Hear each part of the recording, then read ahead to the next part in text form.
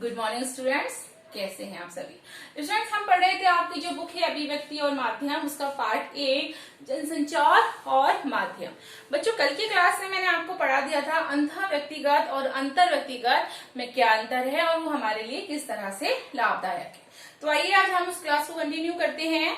देखिए बच्चों, संचार का जो तीसरा प्रकार होता है, ये दो प्रकार मैं आपको पढ़ा चुकी हूँ, अंतः व्यक्तिगत और दूसरा अंतर व्यक्तिगत। जो तीसरा प्रकार है बच्चों, वो है समूह संचार। इसमें एक समूह आपस में विचार विमर्श या चर्चा करता है।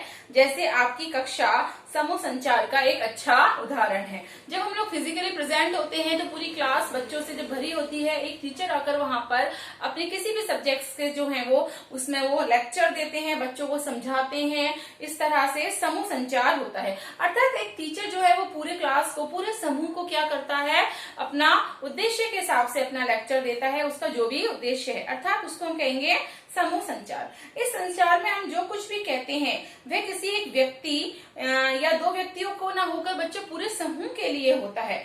समूह संचार का जो उपयोग है समाज और देश के सामने उपस्थित समस्याओं को बातचीत और बहस मुहासिबी के जरिए हल करने के लिए भी होता है। जैसा कि एग्जाम्पल के लिए हमारी जो संसद है, संसद में क्या होता है बच्चों, विभिन्न विषयों के जो मुद्दे होते हैं उस पे हम डिस्कशन करते हैं, अर्थात चर्चा करने की कोशिश करते हैं। तो ये भी समूह संचार का बच्चों क्या हो गया, एक उदाहरण हो गया।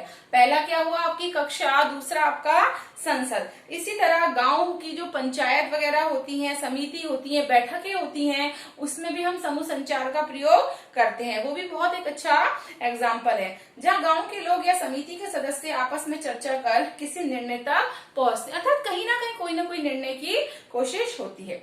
अब संचार का जो सबसे महत्वपूर्ण और आखिरी प्रकार होता है बच्चों, वो होता है जनसंचार, यानी कि मास कम्युनिकेशन। जब हम व्यक्तियों के समूह के साथ प्रत्यक्ष संवाद की बजाय किसी तकनीकी या यांत्रिक माध्यम के जरिए समाज के एक विशाल वर्ग को सम्मान कायम करने की कोशिश करते हैं, तो उसे जनसंचार कहते हैं।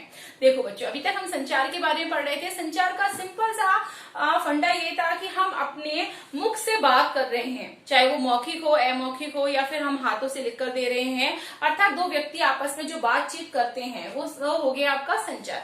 लेकिन जो जनसंचार है, जनसंचार में हम एक टेक्नोलॉजी का प्रयोग करते हैं, अर्थात अपनी बात को कहने के लिए, चाहे वो हमारा व्हाट्सएप हो सकता है, फेसबुक हो सकता है, ट्विटर हो सकता है, चाहे हम टीवी के माध्यम से कह रहे हैं, अखबार के माध्यम से कह रहे हैं, बहुत सारी चीजें जो टेक्नोलॉजी की, तो वो हमारा हो जाता है जनसंचार। दोनों में डिफरेंस आपको समझ में आ ही गया होगा।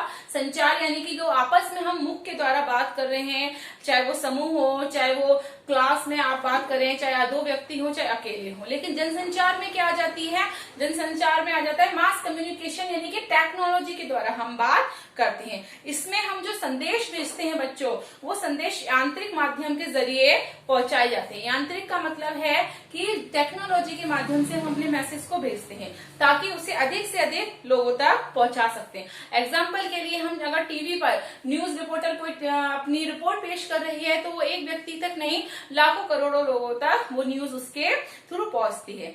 इसी तरह हम किसी उपकरण या माध्यम की जब मदद लेनी पड़ती है, जैसे कि अखबार है, टीवी है, रेडियो है, इंटरनेट है, सिनेमा है ना, तो अखबार में जो प्रकाशित खबर होती है वो भी हजारों लाखों करोड़ों लोग पढ़ते हैं, वही समाचार, सेम समाचार, ऐसा नहीं है कि अलग अलग पढ़ते हो। इसी तरह हमारी जो प्रेस है, प्रेस में भी उसके हिसाब से लाखों करोड़ों प्रतियां प्रकाशित करती हैं और वो अपने पाठक वर्ग तक पहुंचाती हैं। अब देखिए जनसंचार की विशेषताएं। संचार में क्या होता है बच्चों, संचार में जो फीडबैक है वो तुरंत प्राप्त हो जाता है, लेकिन जनसंचार में जो फीडबैक है वो तुरंत प्राप्त नहीं होता। ये इसकी बहुत बड़ी स्पेशलिटी है, अर्थात विशेषता है। जनसंचार के श्रोताओं, पाठकों और दर्शकों का जो दायरा है बहुत ज्यादा व्यापक है, साथ ही उनका गठन भी बहुत पंचमेल होता है, पंच तरह से होता है। जैसे किसी टेलीविजन चैनल के दर्शकों में अमीर वर्ग भी हो सकता है, गरीब भी हो सकता है, शहरी भी हो सकता है, ग्रामीण भी हो सकता है, पुरुष भी हो सकता है, महिला भी हो सकता है, वृद्ध भी हो सकते हैं, जवान भी हो सकते हैं, अर्थात उसमें हर तरह के व्यक्ति आपको देखने को मिलते हैं। इसके अलावा उनमें कोई भी दिल्ली में बैठ के समाचार देख रहा है, कोई जयपुर में, जैसे कि कई बार हमारे एकदम से न्यूज होती है कि इस जगह पे भूकंप आ गया है या इस जगह पे बाढ़ आ गई है, तो मैं जयपुर में हूँ, आप दिल्ली में हैं, कोई आगरा में है, तो सभी लोग उसी न्यूज को एक जगह से बैठ के बहुत आराम से देख सकते हैं, एक ही कार्यक्रम को। तो ये इसलिए इसको कहा गया है बच्चों पंचमेल।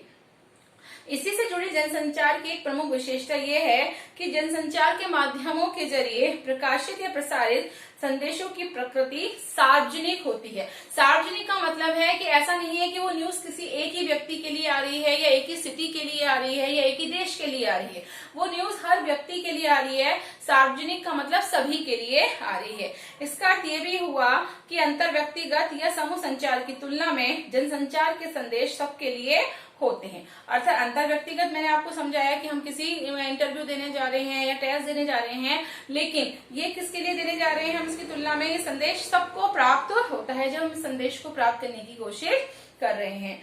जनसंचार का संचार के अन्य रूपों में एक फर्क यह भी है कि इसमें संचारक और प्राप्तकर्ता के बीच कोई सीधा सा संबंध नहीं होता।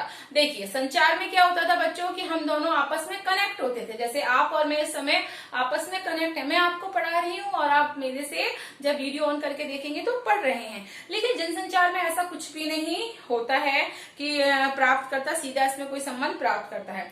प्राप्तकर्ता का मतलब हुआ बच्चों पाठक गण या दर्शक या संचारक को उसकी सार्वजनिक भूमिका के कारण वो पहचानता हो। संचार के अन्य रूपों की तुलना में जनसंचार के लिए एक औपचारिक संगठन की जरूरत पड़ती है।